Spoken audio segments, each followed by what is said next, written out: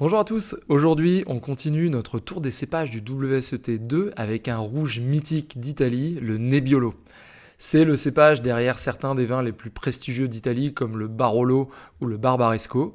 Et dans cette vidéo on va voir son profil, sa région, l'Italie, comment il est travaillé et un petit bonus pour flamber en dégustation. J'en profite pour rappeler que si tu veux t'entraîner au QCM du WSET2, tu peux cliquer dans la description pour accéder à l'application et mettre toutes les chances de ton côté pour réussir l'examen. Allez, c'est parti. Quel est le style du Nebbiolo ? Le Nebbiolo va produire des vins rouges, secs, à l'acidité élevée, au tanin puissant et au corps puissant. Les arômes typiques qu'on va retrouver, c'est fruits rouges, la cerise, la prune rouge, des herbes séchées qui en font sa spécificité, parfois des fleurs comme la violette ou la rose, et en vieillissant va évoluer sur des arômes de champignons, de tabac, voire de cuir. Si tu veux le rapprocher d'un autre cépage du WSET2, tu peux l'associer au Cabernet Sauvignon. Comme lui, le Nebbiolo va avoir des tanins puissants, une acidité élevée et un super potentiel de garde. La différence, c'est que le Cabernet est plus sombre et aromatique sur le cassis que le Nebbiolo, qui lui va être plus clair en couleur, avec des arômes plutôt de cerise, voire de violette.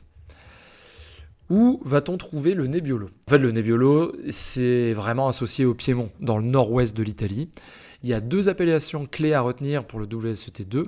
La première, c'est le Barolo, le plus célèbre, qu'on surnomme le vin des rois et le roi des vins, qui est une appellation ultra prestigieuse et connue dans le monde entier, qui produit des vins très puissants, très tanniques, avec un immense potentiel de garde et quasiment imbuvables dans leur jeunesse.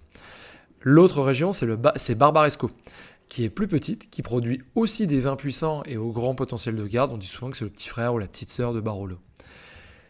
En termes de vinification, comment on va le travailler ? Le Nebbiolo a une acidité très élevée et des tanins très puissants, ce qui en fait un vin de garde exceptionnel. On va souvent l'élever en bois pour assouplir ces tanins puissants et, comme je le disais tout à l'heure, les meilleurs vont avoir besoin de plusieurs années, voire plusieurs décennies avant d'être agréables à boire.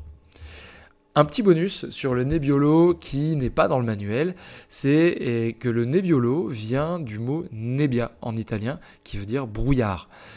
Pourquoi ? Parce qu'en fait, les vendanges ont lieu tard en automne, quand les collines du Piémont sont encore enveloppées de brouillard. Voilà, un petit clin d'œil poétique qui colle bien à ce cépage exigeant et mystérieux. C'est tout pour aujourd'hui, et si tu veux t'entraîner au QCM du WSET2, tu peux cliquer dans la description pour accéder à l'application. A bientôt pour un nouveau cépage. Ciao !